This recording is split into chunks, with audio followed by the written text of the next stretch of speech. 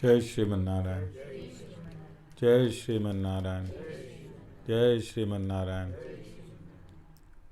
I pay my obeisances to my spiritual master, Srimad Jagadguru Sudarshan Acharyaji Maharaj. I pay my obeisances to Lord Sri Ramanuj. I pay my obeisances to our Purva Acharyas. I pay my obeisances to our 12 Alvars. I pay my obeisances to Mother Lakshmi, and I pay my obeisances to Lord Sriman Narayan. I welcome all of you here physically at the Sri Narayan Dham in Durban, South Africa. I welcome Lord Sri Krishna in the Gita Week, and I hope that you have the opportunity when he makes his presence felt here at the ashram. The Lord attends every celebration of his in every part of this universe simultaneously. And I'll show you how just now. So in this Gita Week, the Sri Krishna Janmashtami Celebrations of this week, we will establish here at the Sri Narayan Dham the supremacy of the Supreme Lord, the creator of this universe, the owner of this universe.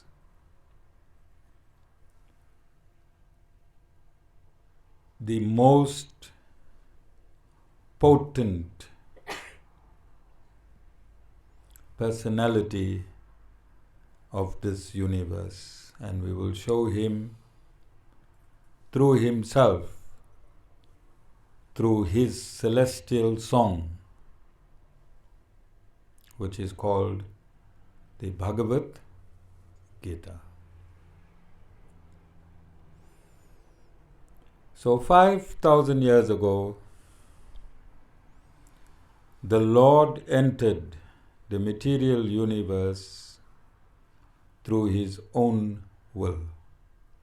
He entered the material universe through his own will, because there is a Vedic injunction that when there is adharma or non-religious practices in this universe, and when that non-religious practices overwhelm righteousness, then he states in the Bhagavad Gita that he will enter this atmosphere and annihilate that unrighteousness, spend some time with his devotees. Spend some time with his devotees and then leave and perform the same function in another universe. So the Lord is working all the time. Right now, in one universe, the Ramayana is taking place. And right now, in another universe, the Mahabharata is taking place. So when the Lord left here 5,000 years ago, at the end of this universe's Dwapara Yuga, he did not retire with a fat pension in Vaikuntha. He did not retire with a big fat pension in Vaikuntha. He went into another universe and started the Mahabharata and simultaneously in another universe, and started the Ramayana. So that the Lord does not rest. The Supreme Lord does not rest.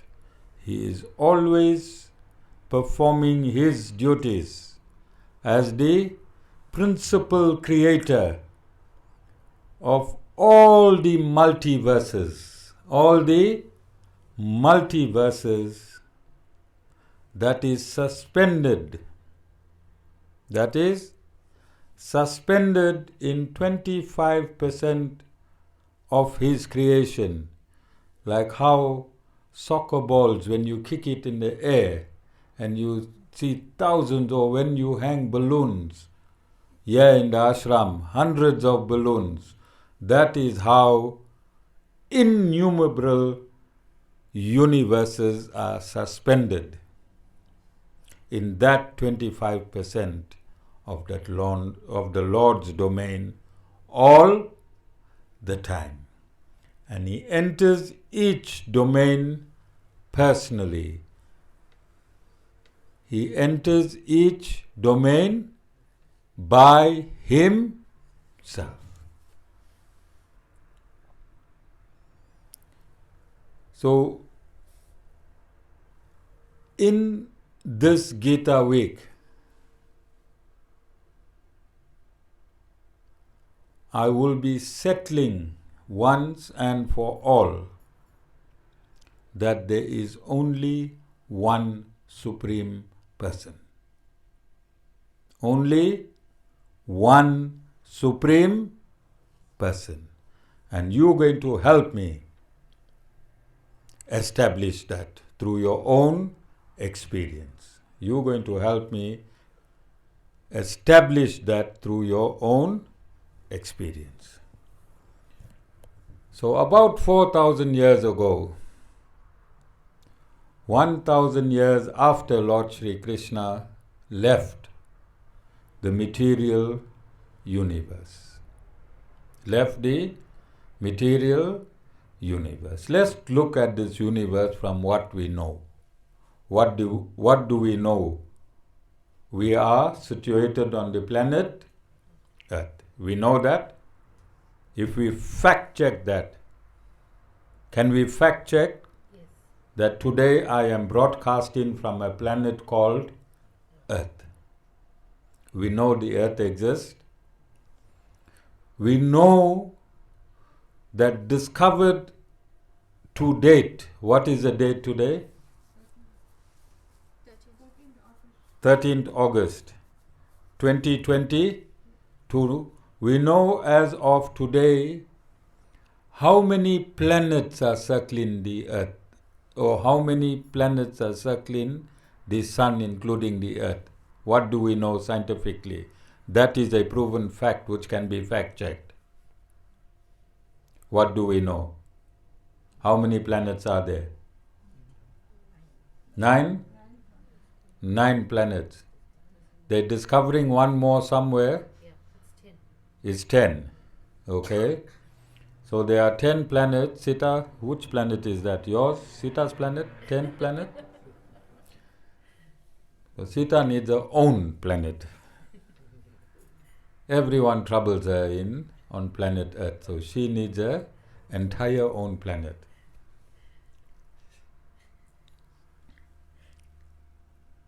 Even the Guru troubles her on this planet Earth. So we know there are 10 planets.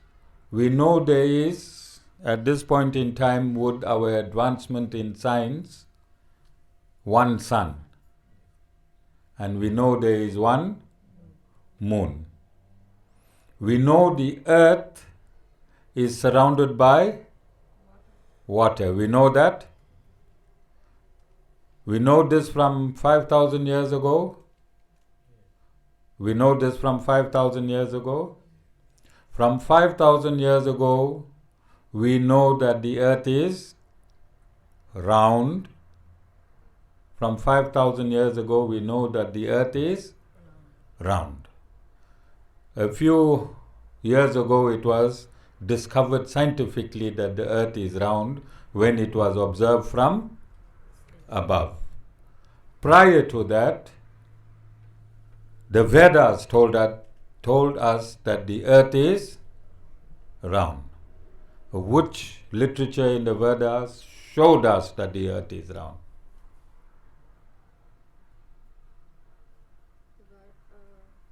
The Varaha Purana, where it depicted that the Lord, in the form of a boar, held the earth when it sank in its two tusks, and it showed the earth as a ball.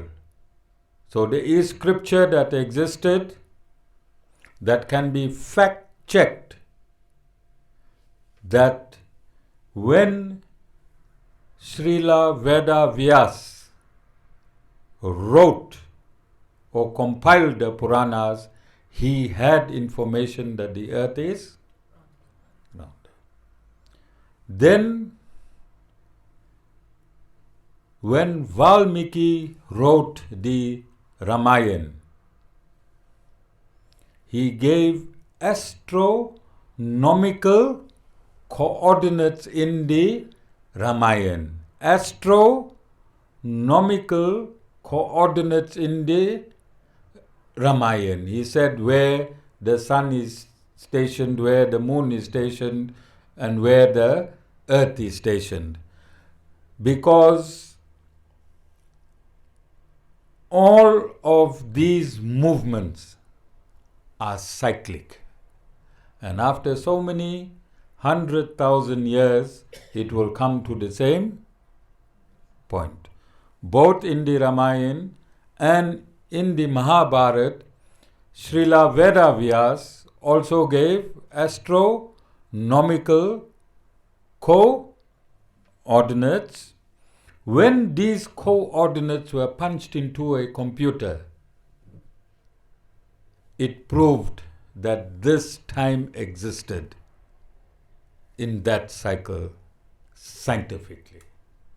So both the Mahabharata and the Ramayana can be fact checked. Alright? Fact checked. Then, so we know of all these heavenly bodies. We also know of the stars. We know of the stars. We know of the Milky Way.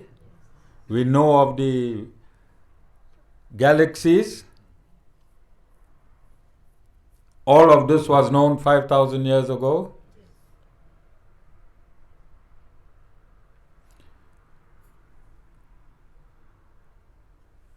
We know that our body comprises of 5 elements: earth, water, heat, air, and space. We know that? We knew this 5,000 years ago. Can we fact check this? Can we fact check it? All right. So 4,000 years ago, the first known religion was formed. Sanatan Dharma is not a religion. Sanatan Dharma is a way of life for all living entities. But 4,000 years ago, a religion was formed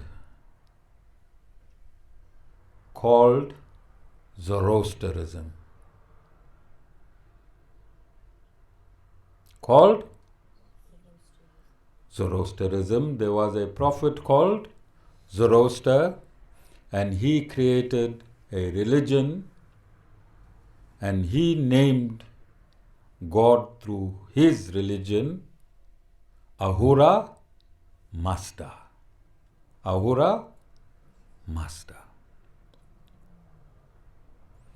After this religion was created,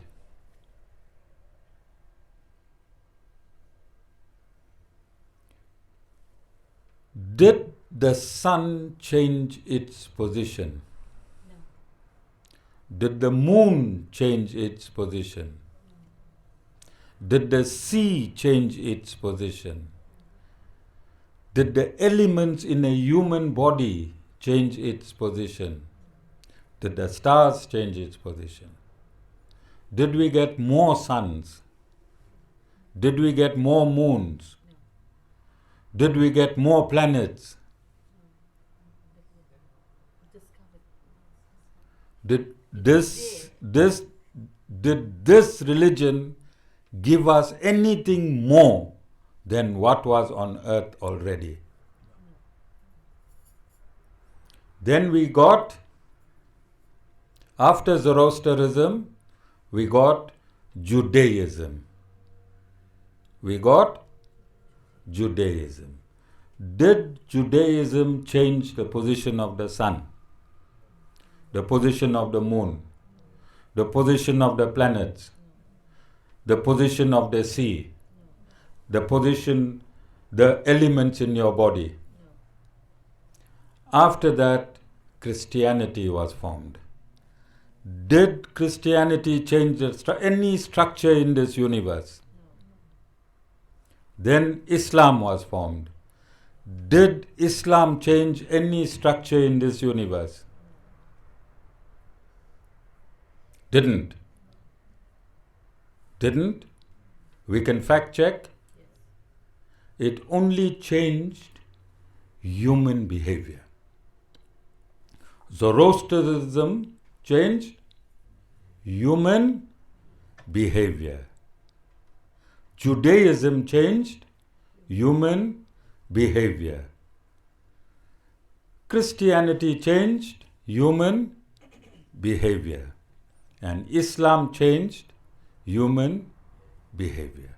Which means the most religion can do is what? Change the behavior of human.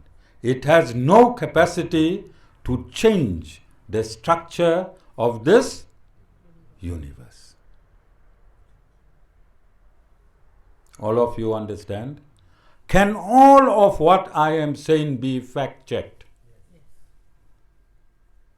Is it the absolute truth? Can anyone debate me on what I have stated? Would credibility and what all of this tells you?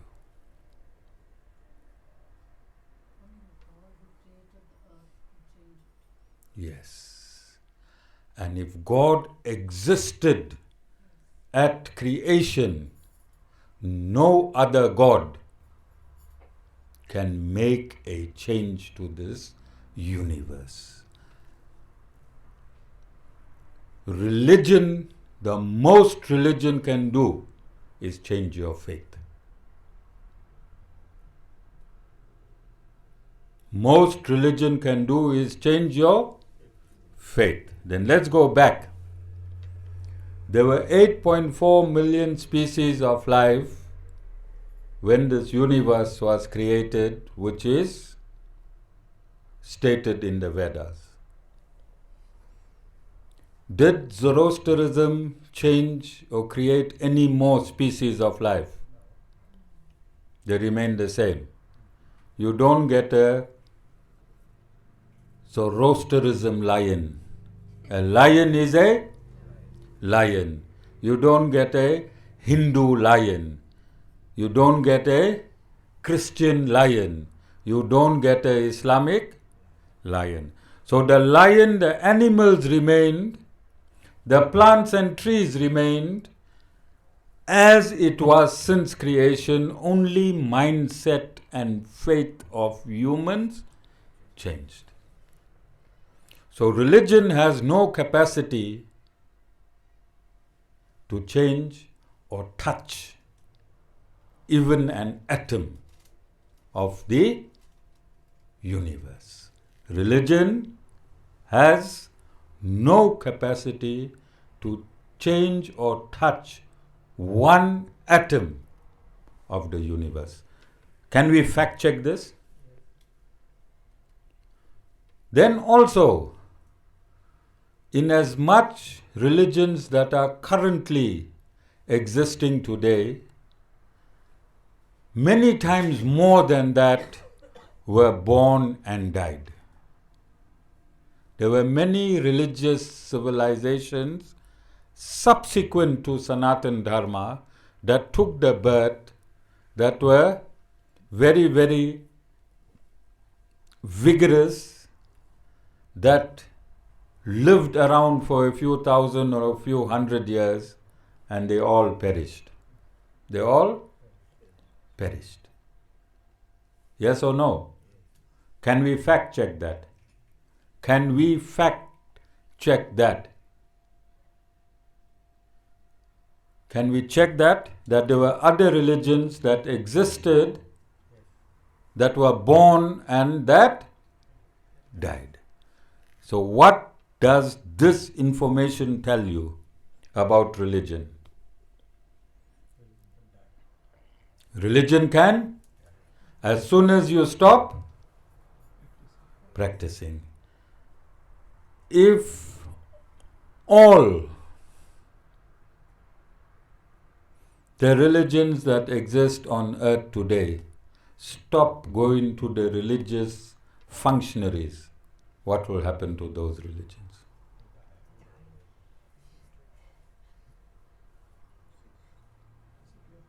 But Sanatan Dharma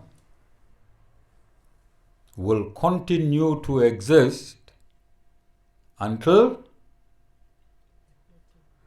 311 trillion 40 billion years is completed. Is completed. And this is why people say in Hinduism you can be an atheist, in Hinduism you can believe, in Hinduism you don't have to believe. You heard people saying this? You heard them saying this? It's because Sanatan Dharma is not dependent. Sanatan Dharma is not dependent upon you coming to an ashram, coming to a temple. Sanatan Dharma don't depend on any human, because it existed prior to human creation. Sanatan Dharma existed prior to human creation. But all the religions that are currently being practiced today, they are dependent on humans. Every religion that is currently in vogue today are dependent on humans. If humans do not entertain these religions, what will happen to these religions? Are you understanding? And I want to establish this in this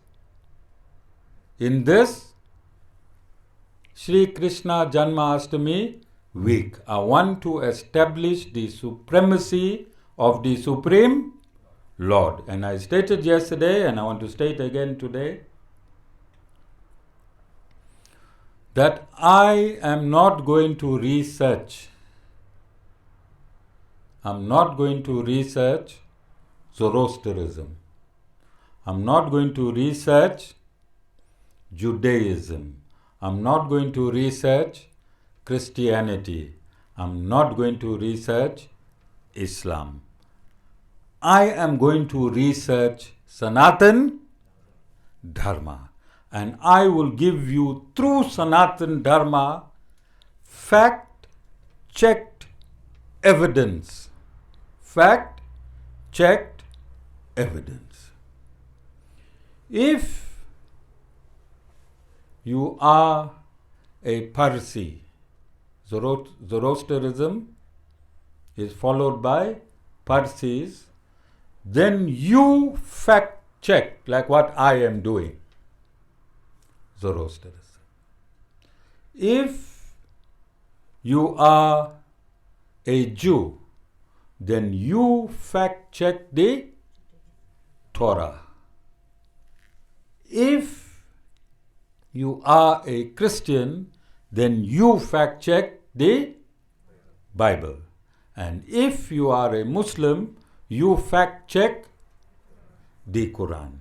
I am only fact checking Sanatan Dharma, and I am giving you the essence of Sanatan Dharma that was tainted for 1,000 years.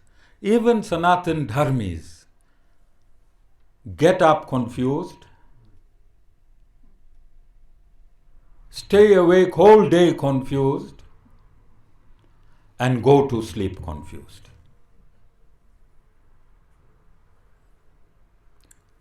Because the minds have been warped by 700 years of Muslim torture, rape, murder, strangulation, theft, and by another 300 years of British torture, British rape, British theft. So Sanatan Dharma was squeezed and thrown away. But because Sanatan Dharma is not dependent upon humans for its survival, here's a guru in the darkest continent of the world. Here's a guru in the darkest continent of the world who has retrieved the gems of Sanatan Dharma, which is eternal, and is dispersing this back to the world. Do you understand what I am saying? Sanatan Dharma is not dependent upon humans. Like gravity. Gravity. See? I throw this up and gravity brought it down. Whether you believe in gravity or not, gravity takes place as long as this universe will exist. Gravity does not depend whether you believe it or not. What is the force of gravity, Amita? 14 or 1.4? What is the force of gravity? So even if you don't believe in the mathematical equation of gravity, gravity ke two hoods. Gravity ke two hoods. You throw something up and gravity will pull it down. And this is what this guru is here to do. You touch Sanatan Dharma, Sanatan Dharma will touch you. This is the mission of this guru. And the guru is touching you with fact checking. Fact checking.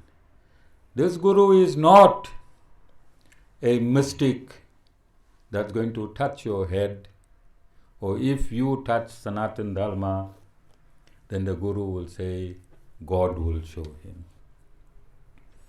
This guru will show you. Who will show you? This guru will show you. Alright? That is my mission. Premila, what's my mission? You touch me, I touch you.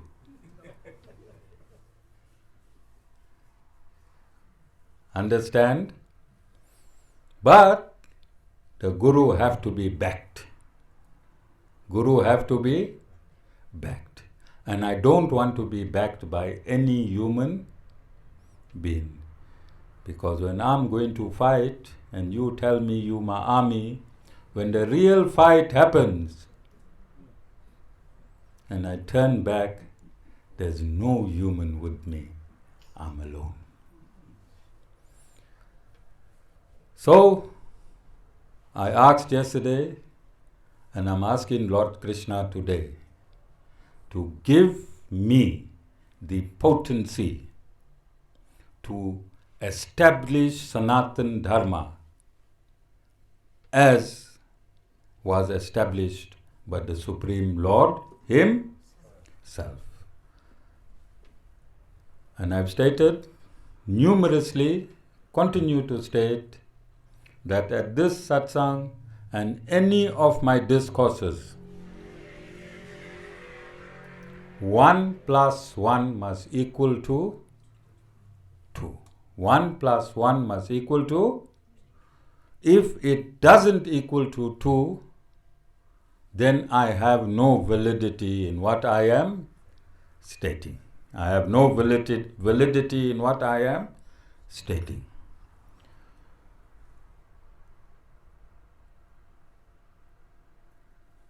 So if we have to conceive the Supreme Lord, conceive in terms of science the Supreme Lord, what would we conceive? What should the Lord be, or what should the Lord be emitting? From whoever we are, even if we didn't go to school, we don't need material education. If we have to conceive the Supreme Lord in our smallest way, how would we conceive the Lord? What would the characteristic of Lord be? Jessica?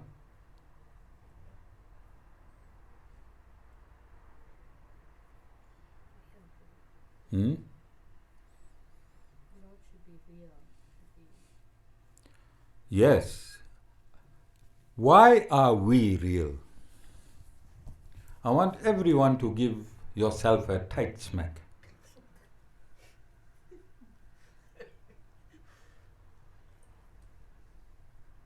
Give yourself a tight. What would that smack tell you?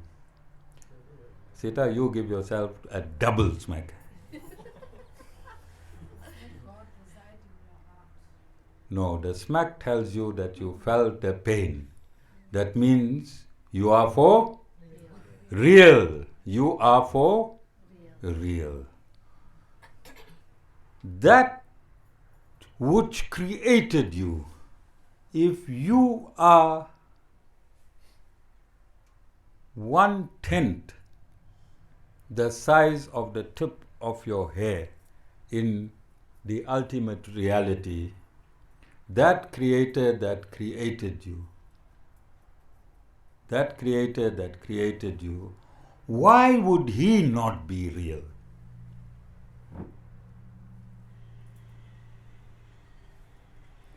Why would your creator not be real?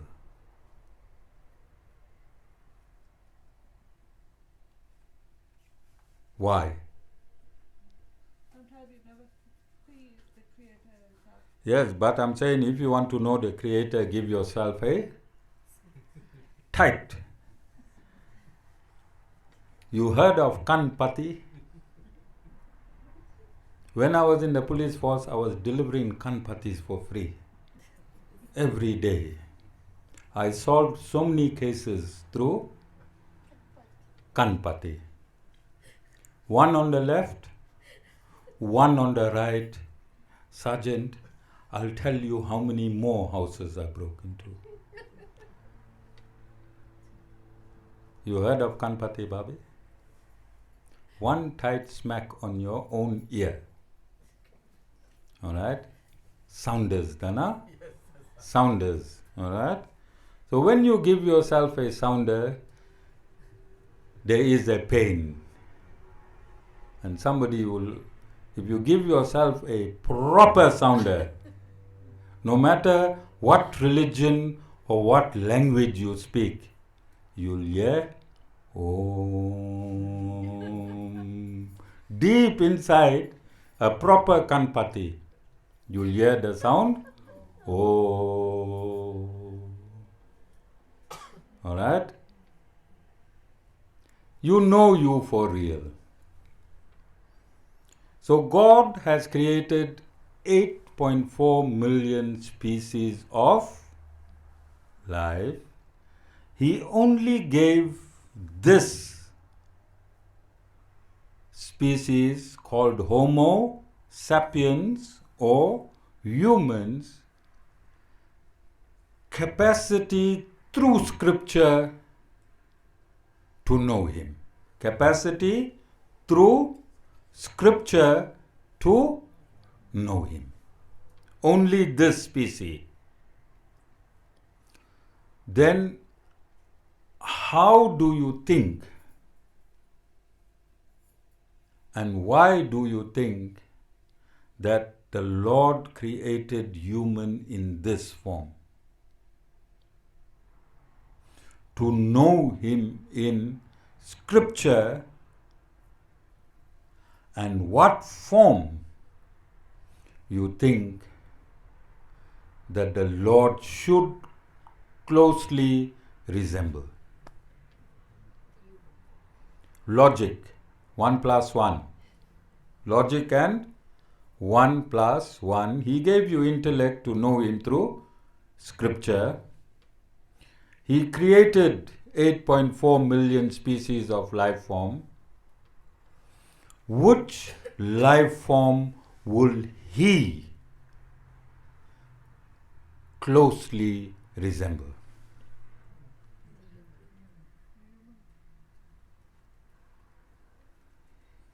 When you say God is formless, when you say God is formless, what does it mean?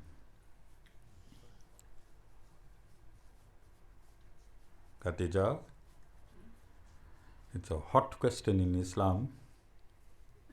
When you say God is formless, what does it mean? It means God cannot be fixed or constrained in a particular form because God is infinite and He can appear in any form. Remember, scientifically, we cannot say that God is formless. Because we know God to be the reservoir of all energies that exist in this universe. Yes or no?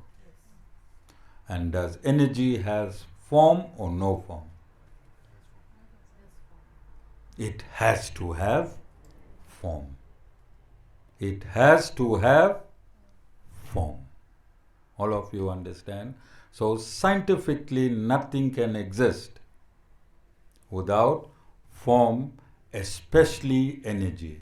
And we're saying that the Lord is the reservoir of all energy, then energy in itself has to have form. Can we fact check this? Can we fact check this? That energy has to have form even if your eyes cannot see it. Your eyes may not be able to see the sun's rays. But does the sun rays have form? Sun rays has form. So I want to corroborate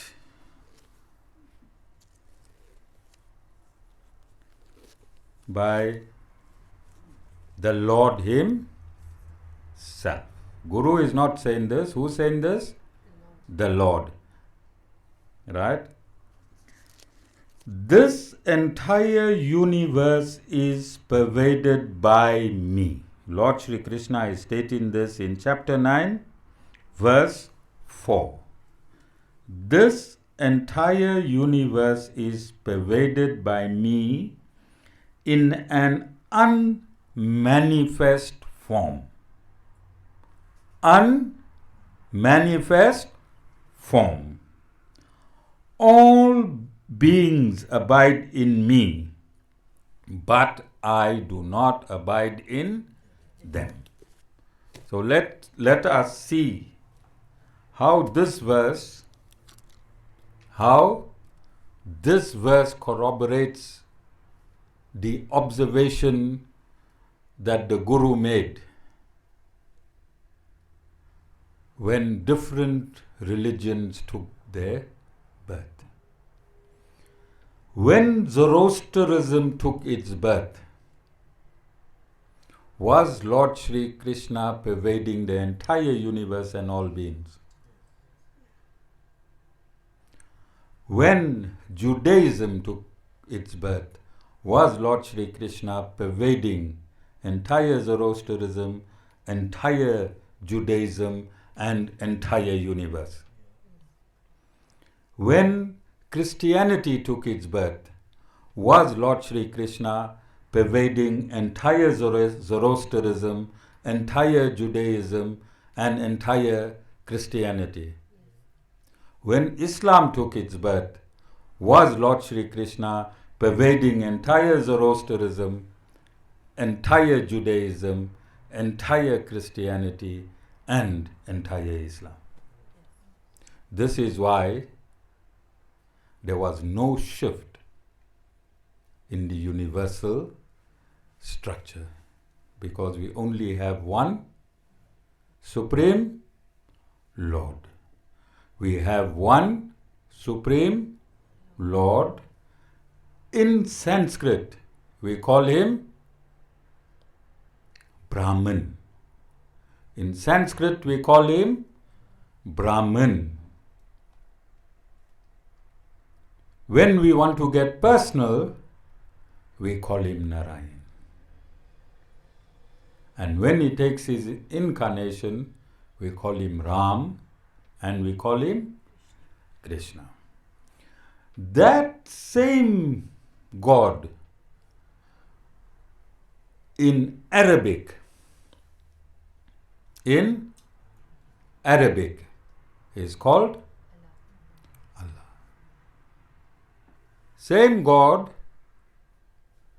in the language Arabic is called Allah.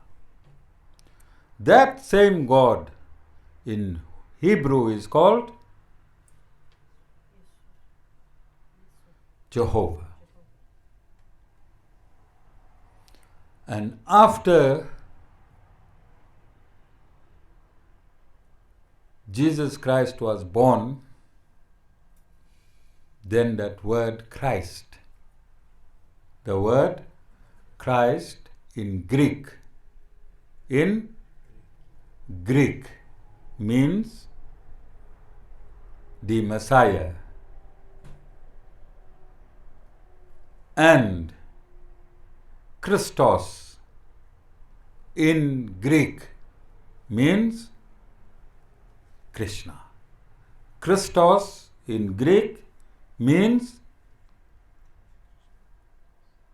Krishna. So can you see that through different language we made that one God who pervades this entire universe different gods? Can you see? That one God, we humans, through our different language, we made that one God different. All of you understand? Is there any religion or any scripture that is current today that says God incarnated? in that specific religion. Why?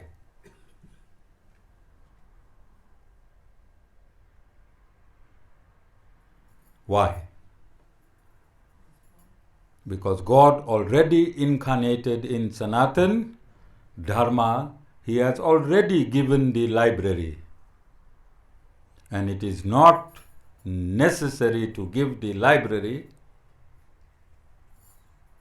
to every religion. Library is there, and I am giving this library to every religion, because nothing I am stating here today is Hinduism. Am I stating anything that's Hinduism? In Judaism, is it known that God is omnipresent? What does omnipresent mean?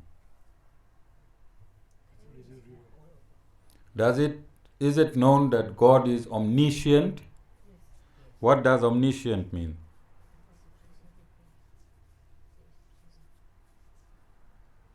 Do we know that God is omnipotent?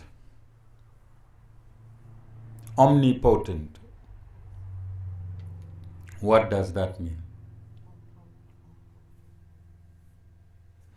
Do we know this in Christianity as well? Do we know this in Islam as well? Are we describing the same God? Because two gods can't have the same qualities.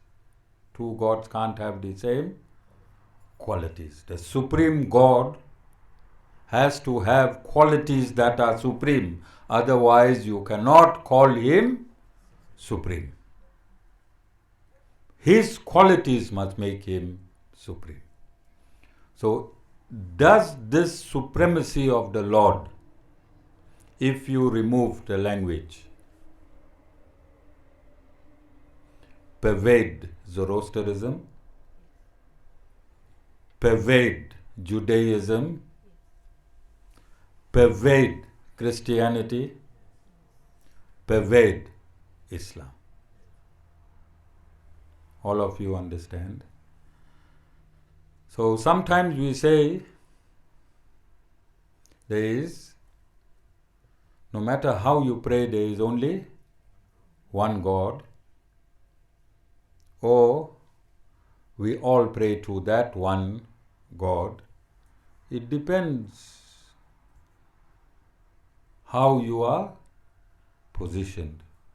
Because if you're a Muslim and you say there is only one God, and if you don't include all the religions in it, then you are being individualistic and you're saying only my God. Only my God exists. All the other gods that's worshipped through other religions are not true. So be careful when you say there is only one God. That one God is the umbrella. Is the umbrella of the human species in the context of this discourse, but the umbrella of the entire universe. So in this discourse I have proven there is only one creator. I have proven scientifically with you that there is only one creator, and no matter how many religions were established, they could not touch one atom of that one original creator. Most they did was change the fate of one species. Most religion did was change the fate of one species from the 8.4 million species, which means that the original creator cannot be recreated no matter how many religions you create. That original creator cannot be recreated no matter how many religions you create. Alright? And tomorrow I'll read a verse or two verses from the Bhagavad Gita where Lord Sri Krishna states, however you recreate me, I am still the same person. Jai Sriman Narayana.